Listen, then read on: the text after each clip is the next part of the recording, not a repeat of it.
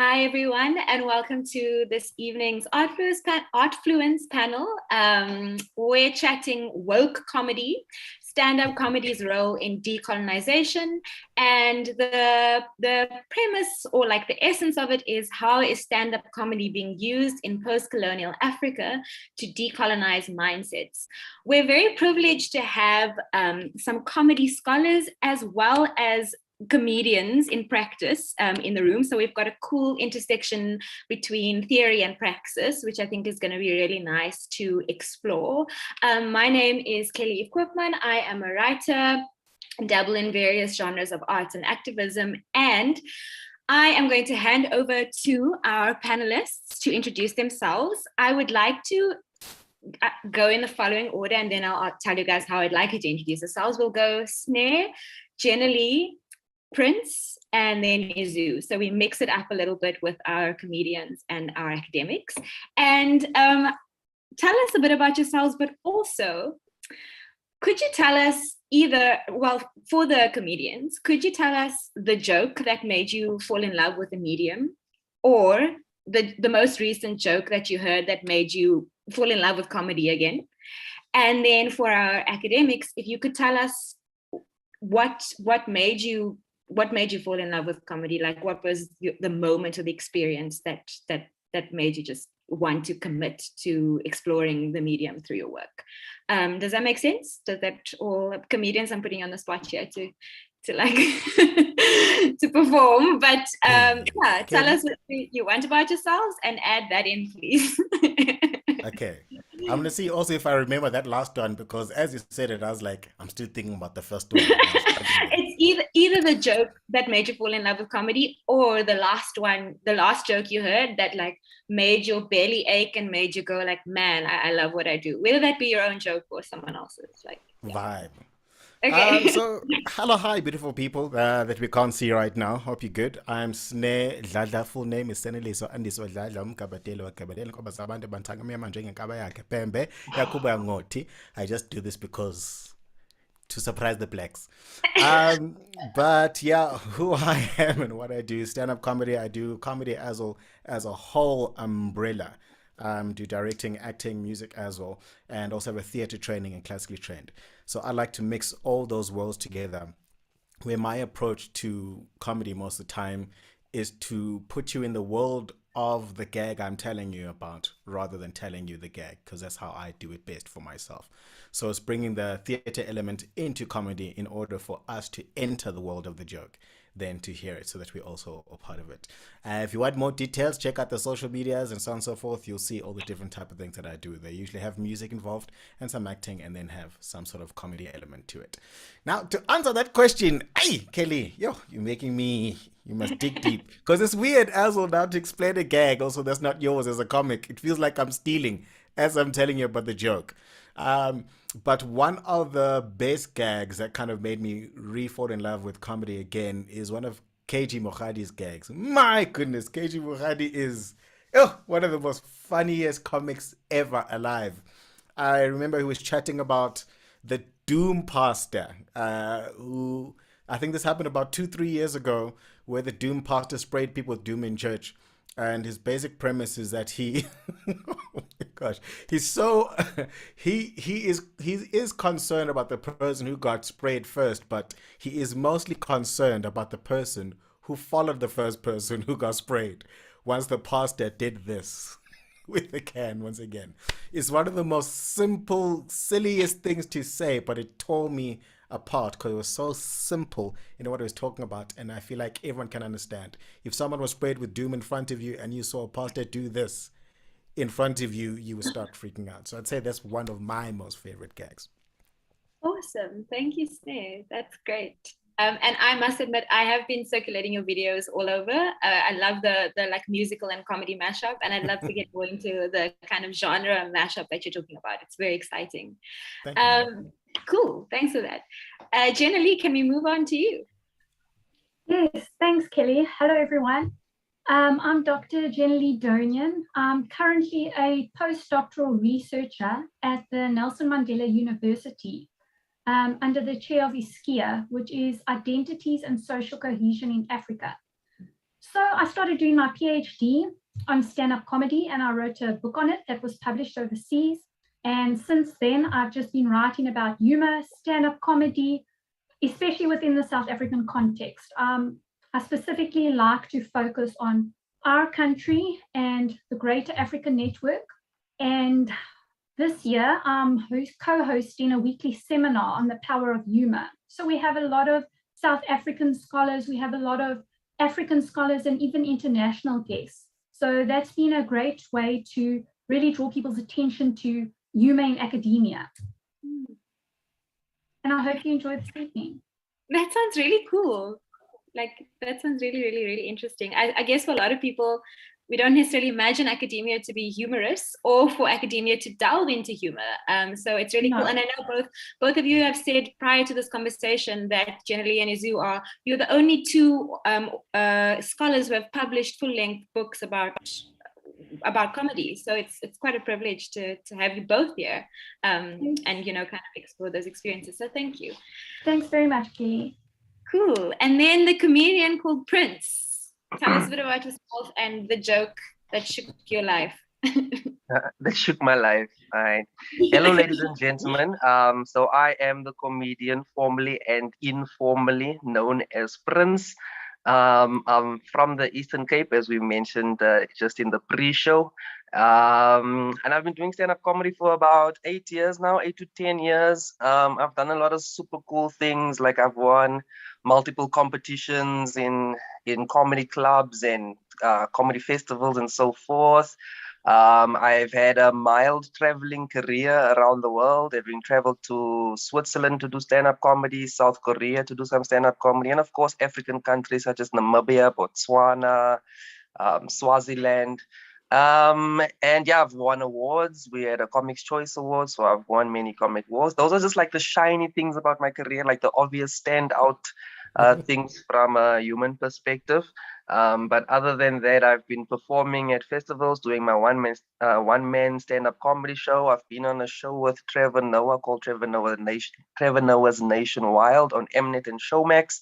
I also have my own one-man show called Unnecessary on Showmax. So I'm a working comedian in South Africa, very talented and happy to be here today. The joke that I would say made me join stand-up comedy, maybe not a specific joke, but I was actually at university busy studying. I did finish my degree, for those wondering. And while I was at university, I used to watch a comedian by the name of Cat Williams. And Cat used to do stand-up comedy at the time, and I watched the show of his. I don't know if you guys know the show. He's wearing like the green blazer, the green outfit. I think it's called the Pimp Chronicles. And basically every single joke in that show is my favorite joke. Basically, like from start to finish. I think he talks in that thing. He talks a little bit about relationships. He talks about Michael Jackson. He talks a lot about weed. He talks a lot about, but it was the funniest show. Like every joke from the show is my favorite joke, and is probably why I decided to make that walk for the first time. And then of course I would make that walk 1,000 times from there. Just for interest's sake, me and Sneh actually started comedy roundabout at the same university. It kind of started comedy, or got into our early comedy strides while we were at university, at Rhodes University, actually. So just a interesting fun fact. What a time. Well seasoned comedians here. Well, young looking, but well seasoned. And thank you to Cat Williams that we now have you having fallen in love with. Yeah. Yeah. Izu, can we go to you? Tell us a bit about yourself, why you fell in love with comedy, what the work is that you do, and yeah, why you like it. Just take yourself off mute. Hello, everyone. Yeah, my name is Izu Nwankwo. I studied theater arts in Nigeria, and about the time I was to start my doctoral studies, I encountered a comedy performance which somebody shared via social media at the time. And I still remember the joke, but I don't think we have the time to tell the joke at this point. But it was interesting for me. And then it occurred to me that a lot of people have been interested in conventional art forms like theater and other things, but they were not interested in stand-up comedy. And that was the first thing that drew my attention to that. So, and at the time I was doing that study, it was quite difficult for me because I wasn't able to see studies on stand-up comedy across Africa. So, when I started my work, it was more like a pioneer thing for me at the time. So presently, I'm based in Germany. I'm a postdoctoral researcher at the Johannes Gutenberg University in Mainz in Germany. And I think it's stand-up comedy that brought me here, not as a performer, but as a researcher.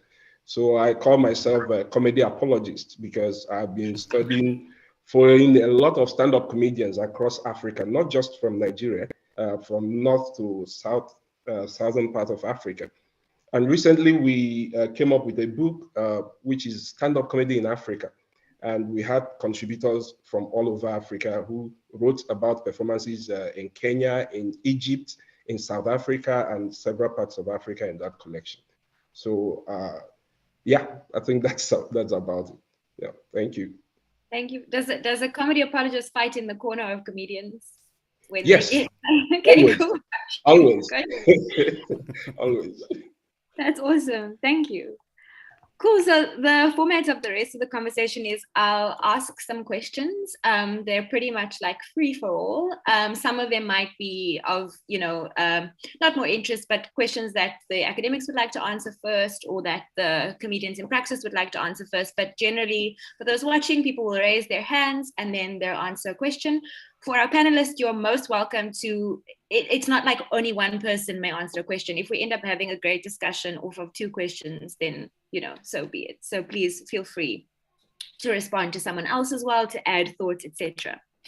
So my first question, there's this quote that, I came into the quote at university, told it was by Brecht, but I've seen it's been attributed to a lot of people. And Brecht was a German theater maker and made a lot of a very controversial, very powerful theater during World War II, holding kind of a mirror up to society. And the quote is, "The purpose of satire is to comfort the afflicted and afflict the comfortable."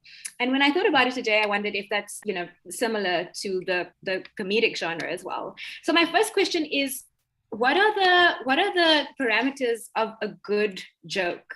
So comedy trades a delicate balance often between I think I read something that Izu wrote in your STIAS lecture. He said something about comedy tiptoeing the line of abuse and amuse, that there's this line between abuse and amuse in all performances. And I'm interested to know from all of you really, what good comedy is. Is social transformation, social dissidence, some kind of critique or some kind of a call on society fundamental to what makes good comedy, both in the sense of it being high quality, but also comedy that is not abusive, that has good outcomes? Or what do we consider as comedy that is valuable at the moment? Can I start? Yeah, go ahead. Okay, I probably won't give a full answer, but I'll just get us going, and then you guys can fill in the other parts. For me personally, when it comes to a good joke, and I think you were asking about a good joke, the fundamentals of comedy require the joke to be funny, first of all. So a good joke must be funny. So I feel like before a joke can even start to address any kind of social issues or any kind of anything to do with society and so forth, or purposeful, the joke having purpose, having hands and feet to work and do things like that, I think it starts off with being funny, devoid of offensiveness even, just funny first. Originally funny is the idea that we could make fun of even the most horrible situation, and even the person in the horrible situation should be able to laugh along to the joke that was told. That is the original idea of something being funny.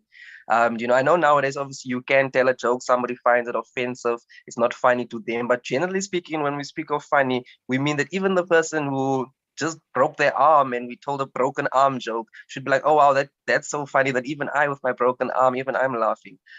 Which is why we see in in roast battles, for instance, in roast battles, one party would actually purposefully offend another party. That's how roast battles work. I purposefully offend you, but the humor is so good that it overcomes the offensive part of what was said, you guys. So for me, funny is very important first. If it's going to be a good joke, messaging aside and all of that, I think it's got to have a good punchline. It's got to be funny. So I just want to start off with that.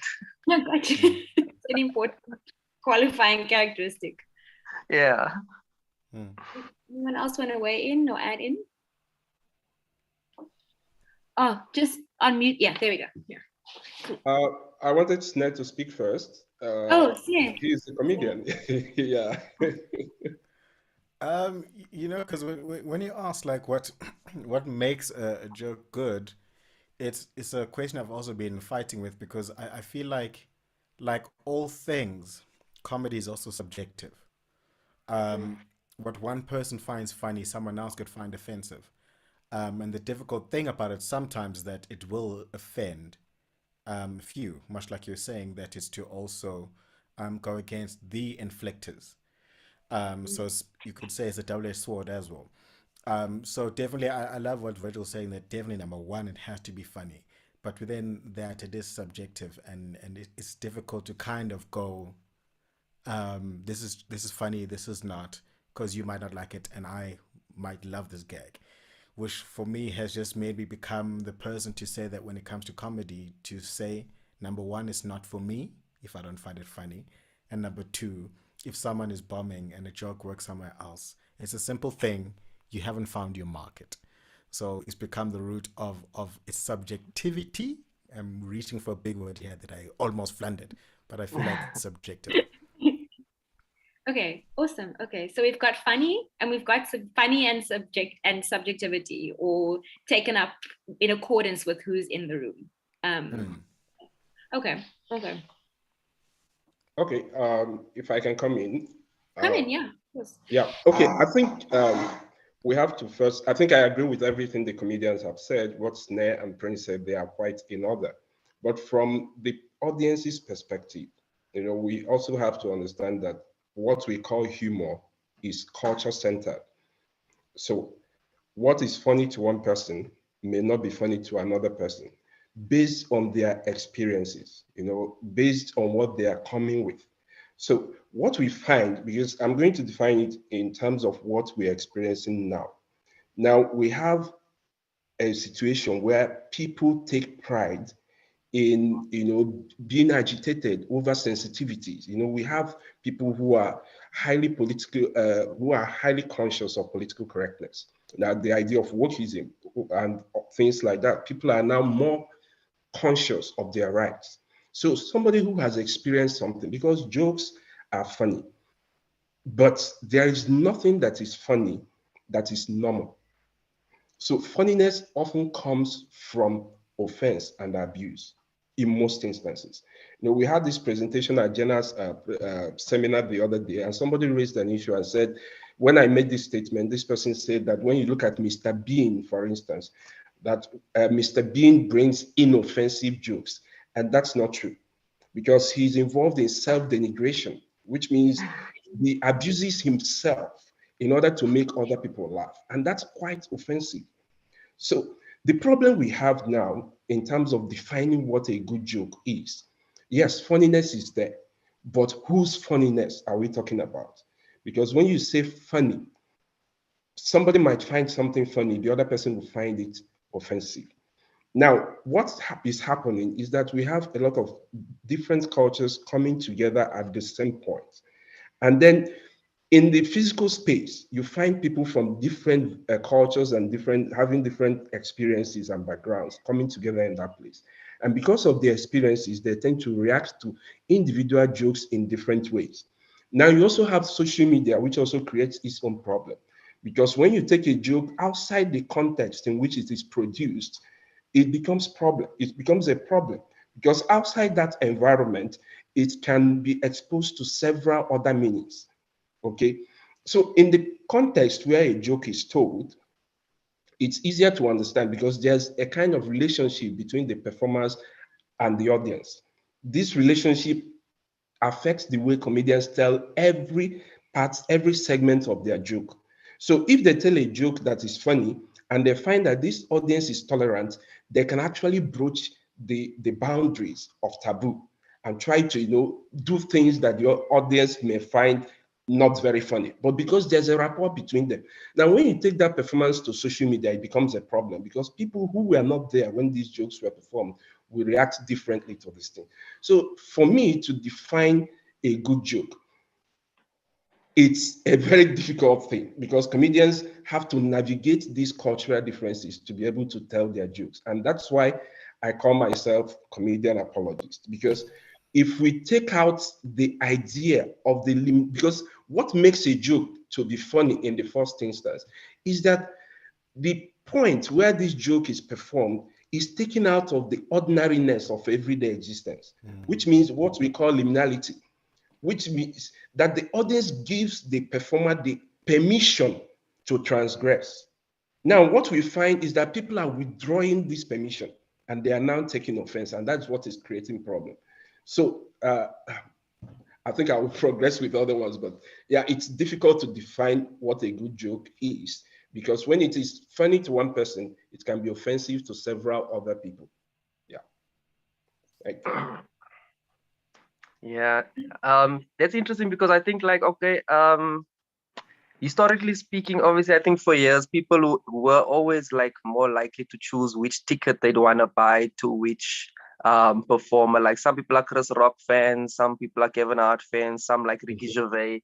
So comedy in essence seems to be that humor's always been something that's kind of divided between people and groups and geographical locations, and it seems that people do gravitate towards certain humor. Some people like a more darker humor, more sinister humor. Some people like more blue humor. Other people like very family-friendly humor. Some like slapstick. Some like characters. So when we say what is like the perfect joke or what is a good joke or whatever, it seems like it's a very open type thing, because I've had many people come to me after a show and say things like, oh wow, you were amazing, I didn't enjoy the other acts, but you were amazing. But then the other acts would have someone who goes to them and say, oh wow, you were so amazing. The other acts weren't that great, but you were so amazing. So now it's a very difficult question to answer, what is a good joke now, because now it's extremely subjective. How do we narrow it down a bit to be like, okay, this is definitely not a good joke. Let's start there. Take it away. Jenny, would you like to come in, or should I move on? How are you feeling? I think, Kelly, you must ask the next question because I think the comedians and Izu, they've covered everything. I don't think I can contribute to that conversation anymore. Awesome. I'm going to assume that I'm going to keep moving, and if anyone has a burning desire once I've passed the question, then pop your hand up. So yeah, okay. So there was something that was said. A lot of things that were said that's made me actually skip a question and go to the next question and I'm interested to know what is the unique offering of comedy. So the context of the panel is decolonization, right? And there are so many different ways that we could interpret what decolonization means or what it means in praxis. It's also in some ways become a buzzword, but also like a really important word to look at how we think about social transformation and the kind of work we need to do collectively to undo some of the like a lot of the structural violences in the country and on the continent. I'm interested to hear from you guys what you feel either different from or not different from other mediums of live performance, like theater, or if you think that comedy is theater, what is the unique social offering? Like if we're contextualizing this in terms of decolonization, in terms of social transformation or collective healing, what does comedy offer us that other mediums can't necessarily? Yes, Sneh. Man, this one is was a topic I'm passionate about. Go ahead. It's just in a sense, man. Also, when I just look at the word decolonization, it's so broad. Yeah. in its definition as well, that in one aspect, what are we decolonizing? We need to also start there and also go to the process of how are we decolonizing using comedy. You know, there's so many questions there. But for myself to focus on one specific thing that I've been looking at in terms of decolonizing anything is what comedy allows is for the abnormal to exist in a normal space, where the abnormal allows us to have something that's relatable within this abnormal space, where anything goes. So if I can tell you a joke that branches off to something absurd about me marrying an ostrich or something, and it's so absurd that it makes you think, then what other things that exist in the world that make me feel good like this should exist and that I should not hinder. So that becomes my center focus, also just to draw in from what we were talking about before, that within decolonizing, it's also discovering that within that space, we have certain things that we can find that connect us on a human level that I think is kind of the route to going towards finding the ultimate joke. The basic human thing of, for example, trying to stay alive, that's a basic human thing. Across cultures, across sexes, across social aspects, we all want to live, for instance. And if you can find something funny within that realm about that, then you kind of have found the kind of joke. When we go out of those bounds, I think, then it's more difficult. But I'm digressing, sorry. But the thing that I'm looking at in terms of decolonizing for me is that what colonization did, I felt for myself, especially looking at comedy for people of color within the country, is that sometimes it's a taking of power back, per se, to use these words to make fun of things that used to be hurtful and then to step above it, is to create a platform where we can also reinvent ourselves within those spaces. Colonization hit us mentally. And because we have been destroyed mentally more than physically, it's a longer journey to fix. So in that discovery of that you are bigger than within this comedic space, I feel like we start doing a decolonization of the mind, which I feel possibly could be the first step towards decolonizing everything else. Just a thought.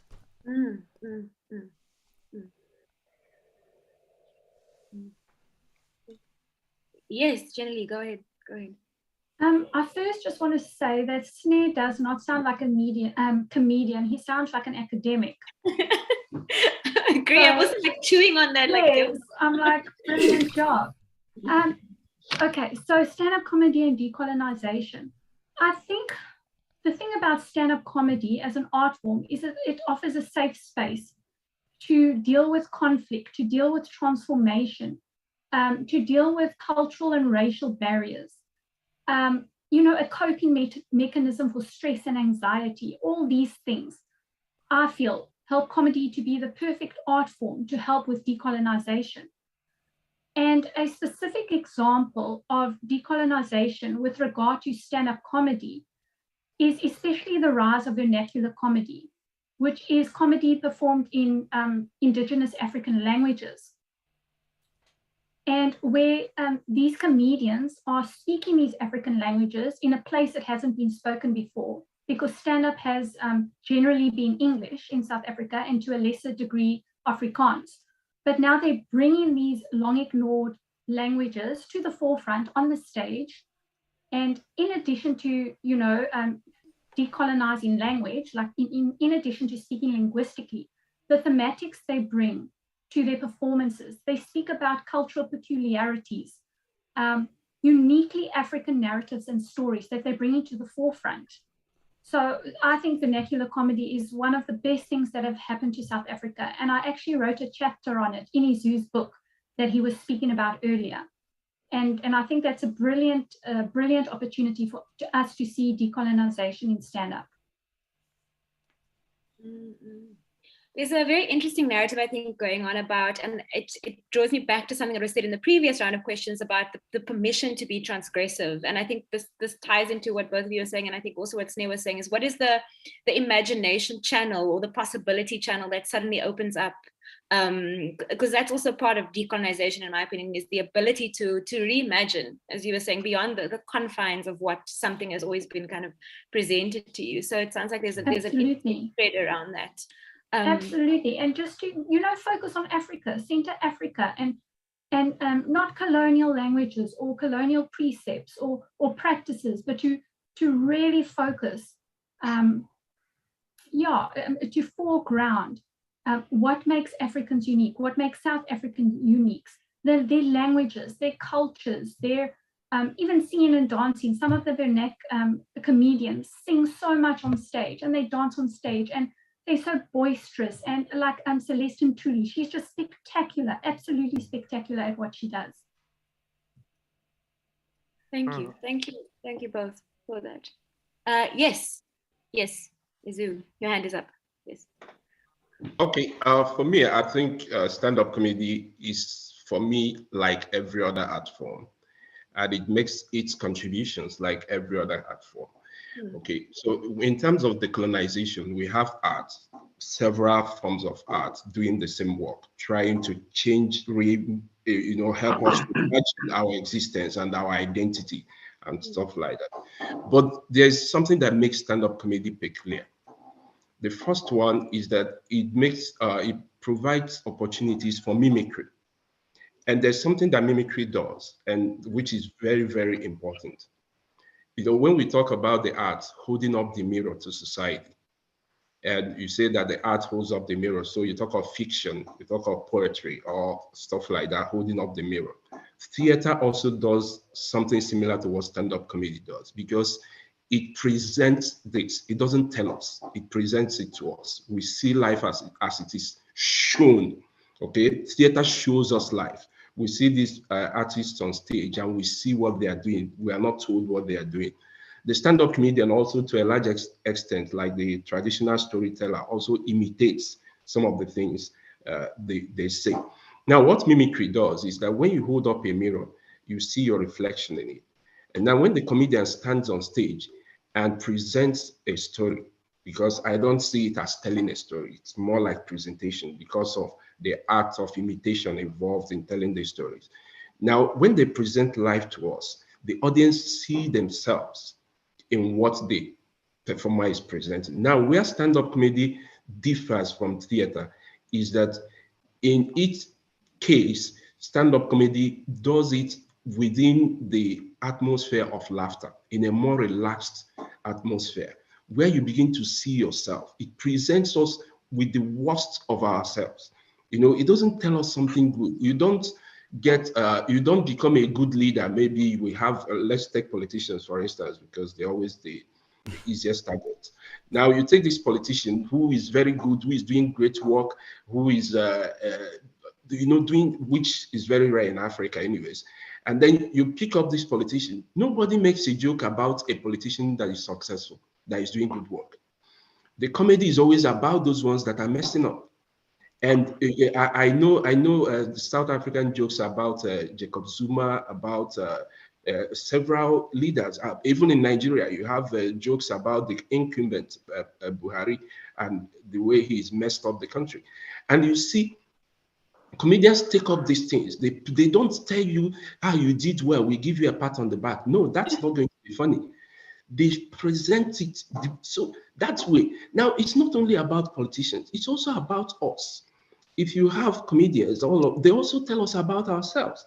And adjoined to what I said earlier, when you take offense on specific jokes, I think you are not taking the whole picture. Because the mirror, everybody that passes through the mirror sees a reflection of him or herself. So that's why comedians have this range of jokes where they pass the joke, they send the joke around, and it goes around every member of the audience. Every group gets a certain amount of ridicule. And that's what balances it. And that's why we say that when you laugh when it's about somebody else and you laugh, then you've lost the right to take over when it's about you, because we have our bad sides, and that is what comedy shows us. So at the point where you are talking about decolonization, it's talking about what the colonialists did, and it's also telling us about the things we are doing which keeps perpetuating colonization. And if I want to talk about colonization myself, I am not enchanted by all these fancy words that we push around all over the place, because the colonialists left Africa a long time ago. And then we have these neo-colonialists who are our present-day politicians who are also doing worse than those colonialists did. And that's why Africa remains the way it is. And that's why comedians are not silent. They keep telling us, showing us these things in every of their enactments. They don't tell us just about politicians. They also tell us about ourselves, the things we do that also perpetuate these kind of problems that we have across the continent. Thank you for that. Thank you for that. It's interesting what you're saying about nobody really makes fun of someone who's doing a really great job. Like what would you use, or what would you criticize? Like it would be excessively boring. Look at you, service delivery. Ha ha ha. Funny tie. I don't know, like how so innately critical. It's interesting.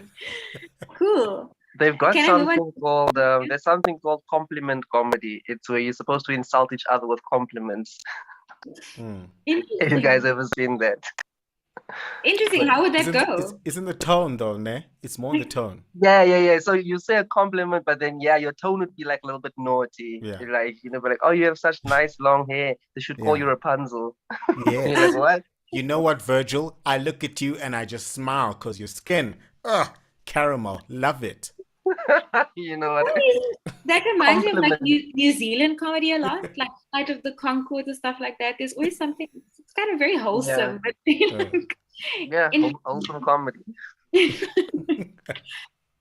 I would love to talk about social media because I feel like it's been like broached, like it's come into conversation a lot. And I feel like it must be so contentious and interesting for comedians because I mean, I'm watching TikTok and I'm on Instagram and thinking like, one, it seems like it's making comedy a lot more accessible. Like if we're talking about decolonization, that also looks like who has access, right? In terms of both performers and audiences. As someone who's worked in the arts industry, I'm always like really worried about the separations between audiences. So playing to like being in front of audiences that are dominated by one race or gender group is like really scary. And I wonder about social media bringing access to both performers and people, but also people watching. Like people are doing some amazing stuff on TikTok. Geez, well done, Gen Z. But also like creative stuff with like tiny budgets, which is like amazing, like astute. But I mean, I also know there's probably, firstly, social media is also being bought up by billionaires, so let's not pretend it's all free space. I also wonder if it has another kind of impact, and I'm interested to hear from, you know, all the different experiences in the room, like how has social media affected the comedy as a genre, as a medium on the continent, and what is the value that it brings or not? 20 minutes remaining. Cool. We continue with this question. That's so sad. Yeah, I know. It feels like we're just getting into it. Cool. Yeah. If I may, sorry. Yeah, this is why I hate stuff like this, because I feel like we need 4 hours, you know, a lunch and you know, a beer under the sun. But man, social media is incredible if you have access to it. Yeah. Which I need to say, to take note that not everybody has access towards social media, but through memes and so on and so forth, it's getting closer and closer to the minority that does not have access to it. Yeah. But in terms of social media, what I absolutely love with all my heart with is that I keep saying the same thing. Social media has broken the rules that we've had to navigate this thing called comedy, the arts, digital media as. Because someone who has a phone that is not even 1080p with the current features that we have now, something that's 360p, that is low resolution, can create something hilarious because it's smart. Comedy isn't completely just about the picture and quality. It's about what does it translate here. And someone can create something smart and incredible just using their phone. So it has created an amazing access where anyone can now translate their idea. The one thing I get worried about is definitions within these spaces. When we get individuals going, this is not comedy, which takes me back to the same comment I say, it's not for you. So within these spaces, we have people, like you're saying, doing TikToks, which are incredible People are illustrating you a whole life or life story as a single entity in one space, because we're being transformed, just like the modes we use in theater to use our imagination to enter these worlds, which means that you can do whatever you want out there. You can create the movie you want to create, because we're no longer truly worried about the quality, because what you think of your media defines what the quality looks like, and defines the medium it should be translated as, and also defines your own identity through this. So for me, I find that social media, for future comics as well, don't wait for stage time. Don't wait for someone to call you. Don't wait for someone to give you the formula of how you feel stand-up comedy works. No. Pick up your phone, record it. And also, your audience will always give you the critique that you need in order to adjust. So social media has made that impact so big that you can get the feedback now. Someone can drop one video, which we've seen multiple times, and they're now viral, and they're now an entity to be messed with. So for me, I go, social media is beautiful in that positive sense, even though we know there are many negatives. But within that, I find that it has propelled comedy out there. You can now be found by an agent overseas by just looking at your content. It's your access card to everything, basically, I would say. Yeah.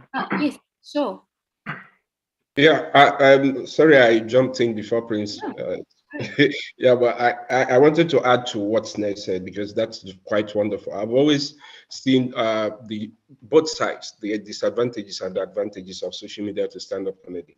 But I also wanted to add that it has in terms of creating access, increased access, it has also helped more women to also emerge on the comedy scene. Because one thing you find out across Africa is that women are not on stage, and their stories are on stage, but women themselves are underrepresented. And I think it's mainly because of gatekeepers, in the conventional having to get stage time, having to appear on television, where you have gatekeepers, people who they have to go through. It's always more difficult for women to get access to these sites or these spaces.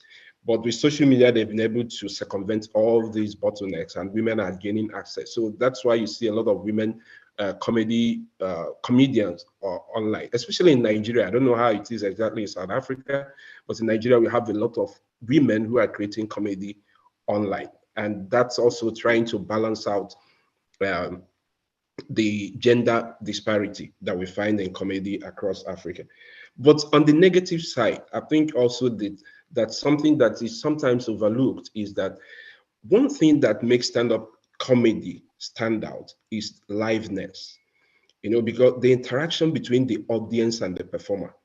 And social media seems to some extent be, infringing on this, because comedians perform looking at the audience, reading their responses to what they are doing, and they give their next or the subsequent renditions based on what they're able to understand the way the audience has responded to what they've done.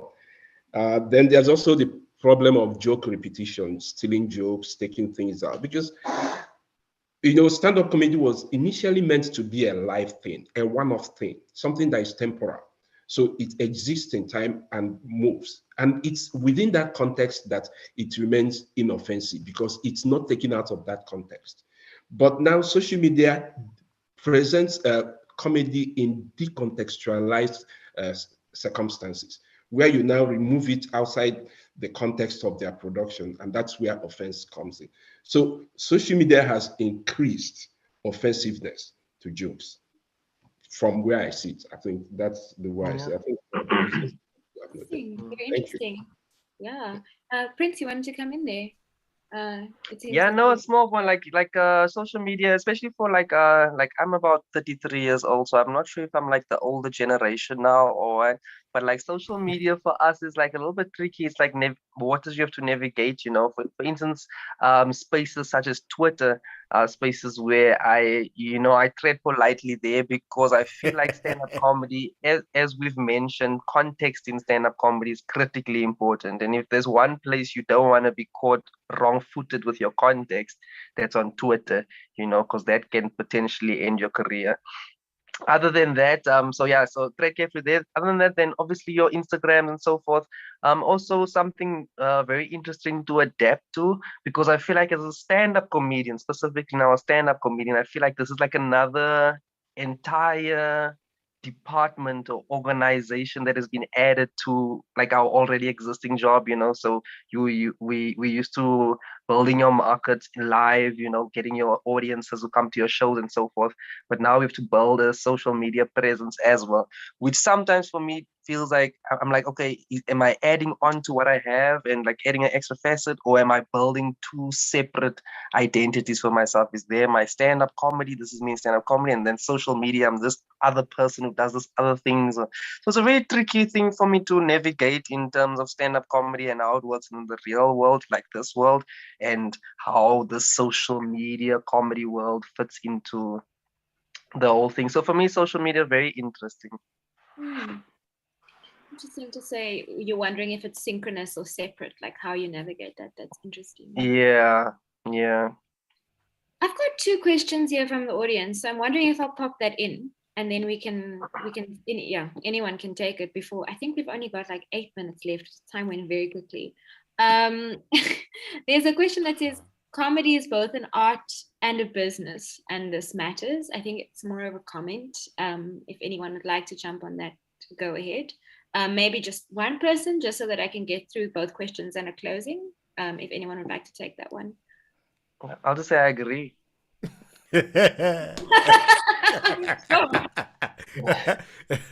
Was that you or your debit orders going, Virgil, tell them. I agree.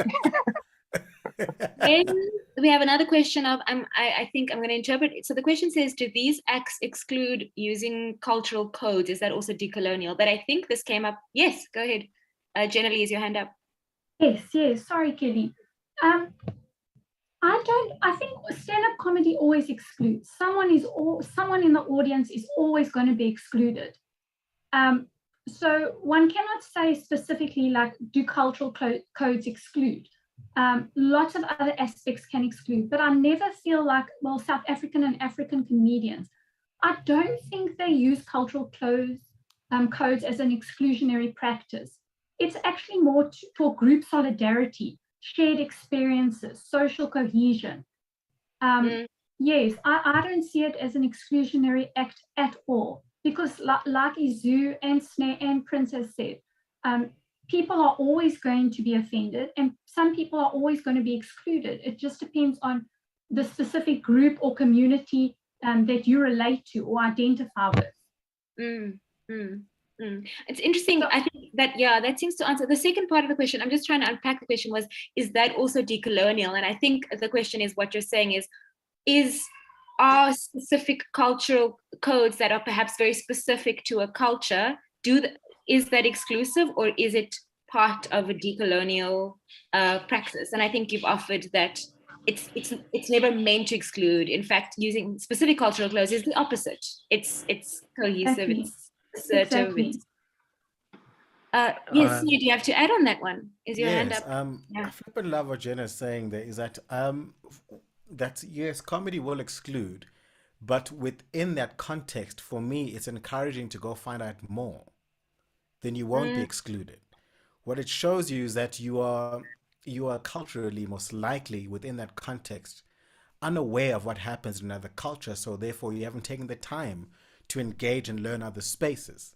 Should you take that moment to go discover what another culture finds interesting or what their lifestyle is, you're immediately included. Much like if you've lived in Cape Town and you hear about barakats and so on and so forth, a barakat for me, I didn't know what a barakat was because I lived in KZN. I moved to Cape Town. Now when someone speaks about a barakat, I understand the context of the joke. So it means entering another culture, which definitely does decolonize. So I think for me, the key is not to go, oh my gosh, I'm excluded. The key is to go, hey man, what does this mean? So I can understand as well. Because I also have content where I start with videos and I go, Black people, you know what to do. And I want to start my videos like that. And it's not that I want to exclude. It's like, as a person who's not black, you've not grown up in this culture and in this experience, so you will not understand it. What yours is to do is to go out there and go, what is this? And then the minute you see the next video, you fully understand the context. So I love that, Jenna. You must come on my page and just correct people. Curiosity. Jenna, are you responding to Sneh? Yes, I just want to say I agree with Sneh completely. If you feel excluded, if you go to a stand-up show, for example, and you feel excluded, go to another stand-up show and another stand-up show. Immerse yourself in that culture, and eventually you'll get these insider jokes. So I think it's very important. Don't block yourself off and say, okay, I'm English, I'm only going to go to an English show. The wonderful thing about our South African comedians is there's so much code switching and there's so much multilingualism in their performances that you're going to take something home from it. You're going to find something funny. So yes, I just hope that people perhaps not live performances at the moment, but just watch different kind of stand-up coming out of South Africa. Thanks very much, Sneh. Yeah, and if I can just add a quick one at the end there, guys, that it's also perfectly normal because I feel like in the current times, post-colonial and so forth, as our different South African groups, and there's so many of us, there's so many different South African groups, but I feel like all the groups are kind of like racing, or not racing, but to tell their stories. We all want to tell our stories as previously marginalized groups and so forth. So when you go to these shows, say for instance, you go to a colored show, let's call it a colored show, where there's colored comedians on stage telling all their colored jokes and so forth. That is us telling our story, or telling our stories on stage. So when you go there, it's not that you in the audience will be marginalized because you're not a colored person, you didn't grow up colored, you don't understand the colored jokes, but it is an opportunity for you then to sit back and learn about colored culture and this, that, and the other. Similarly, if you go to a Xhosa show, a Pedi show, yes, granted the language barrier might become a problem, but once again, it's them sharing their cultures. And if you could tune into that, it's actually quite an enjoyable experience to know that you can live in one country and get all these different kinds of shows of people sharing their culture, their language, their fun parts about them, their history, blah blah blah. It's actually normal and it's pretty cool. Privilege. Yeah, that's awesome. The person, Izu, I think your hand was up. The person who had asked the question said, I love those responses. So thank you. Go ahead. Yes. I only wanted to add that Prince had made this comment before about people having different kinds of comedians. And the same way we choose novels, people who like novels would choose one writer over the other one. So I think it's also a matter of choice. People prefer certain comedians and people don't like other comedians. I remember first time I came to South Africa, I went to Cape Town to interview somebody about Trevor Noah. And I was so surprised when he didn't even show any enthusiasm about Trevor Noah. And I was surprised. I thought everybody in South Africa would love him. But it was surprising for me that this person didn't like him. And he was busy recommending David Cow and some other people. And I was, wow, this is serious. And that was shocking for me. So it's a matter of preference. You don't have to like every writer, the same way you don't have to like every comedian. But that you don't like a comedian does not mean that what the comedian is saying is wrong. So it's a matter of choice. And I made this comment earlier that comedians always balance their ridicule. Most good comedians, they take groups individually in the audience and they pass it around. I know there's a big racial divide in South Africa, but in Nigeria, for instance, we also have ethnicity. People find affiliation with ethnicities. And we find comedians making fun of different ethnic groups, starting from his or her own group, and then they pass it around. So that way, they also balance it. As we feel offended, we should also understand that this is a work of art. Comedians make up their stories, and they are trying to make us laugh. They are not committing any crime. Thank you. Thank you. We're not committing any crimes, guys. We've got 5 minutes left. I'm going to read. So someone commented now while everyone was speaking, this is great. It's really contextualizing my idea of decoloniality, a very informative session. Thank you, everyone, for that appreciation. And thank you, guys. The last question that I'm seeing here is about the C word. Do we think the pandemic has changed the stand-up scene in long-term ways, and has it moved stand-up off of the trajectories it was on before? And I think with our 5 minutes left, that might be our closing question. Yes, Jenna, jump in there. Yes, I'm sure the comedians would be able to give us more insight in this regard. But I will say that I think it's for stand-up comics to take their careers into their own hands. Like we've spoken about social media, so to promote themselves, create a brand, perhaps free of managers and management. So there's a bit more freedom in that as well. So I think it's definitely changed the stand-up scene. I don't think we're ever going to go back to just stand-up comedy on the stage. I think our brilliant stand-up comics are just going to change and evolve. And as social media grows and we get more platforms, I think they're just going to grow with it. Yeah, I think it's definitely, the pandemic has 100% made a huge difference to this South African stand-up comedy industry. First of all, it totally destroyed the industry. If you ever think about the fact that before the COVID pandemic, South Africa had 3 stand-up comedy clubs. Currently, South Africa has 0 stand-up comedy clubs. We also had various restaurants, bars, so forth, were part of circuits. Most of those circuits are now undone. So what the pandemic has done, and I agree 100% with Jenna Lee, it's definitely made us way more savvy than what we've ever been before. It is now very common for comedians to start their own businesses, to start their own production companies, to start their own talent management companies, to just whatever other people used to do before for comedians. We literally do it ourselves now. We book our own venues, we buy our own sound equipment and so forth. So we're really taking matters into our own hands. We've also had to take industry building into our own hands. So we're kind of having to set up corporate channels again, set up networks, set up this, that, and the other, playing both sides of the social media game and the stand-up comedian game. So yeah, it's definitely made us a bit more harder, a bit stronger, a bit more business-minded, a bit more ruthless. We're a bit more ruthless. What do you say, Sneh? Interesting. Yeah, man, I'm fully with you there, dude. You covered almost everything. I just say for myself, it's just the same message that I'm on, is that anything's possible, man. Anything's possible. Break the rules. That within this format that we are now discovering, anything you want to do, you can do it your way, and no one can tell you that it's wrong because it's uncharted territory. Interesting. We are, I think, officially out of time. If there's anything burning on anyone's heart, now is the time to spew it forward. Okay, I don't have many followers. My handle is at stop and underscore sneh. You can check my YouTube, is also called stop and sneh. All social media handles. Also, if you want more content, stuff like this, follow me. I need followers. You lie, you've got so many followers, but sure. You can always have you too, Sneh. Thank you.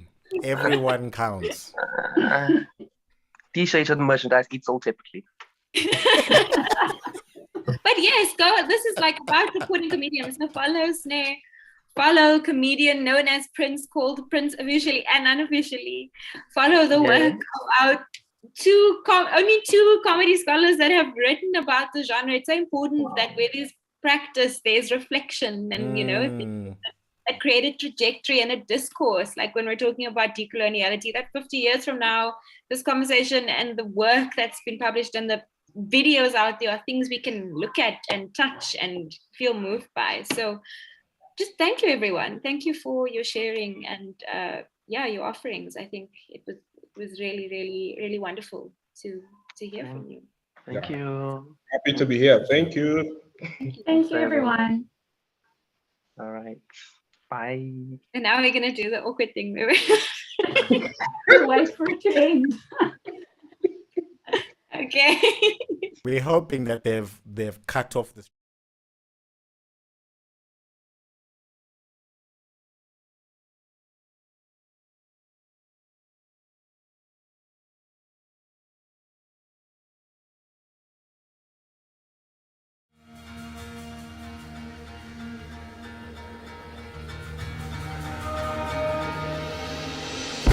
Think Moments.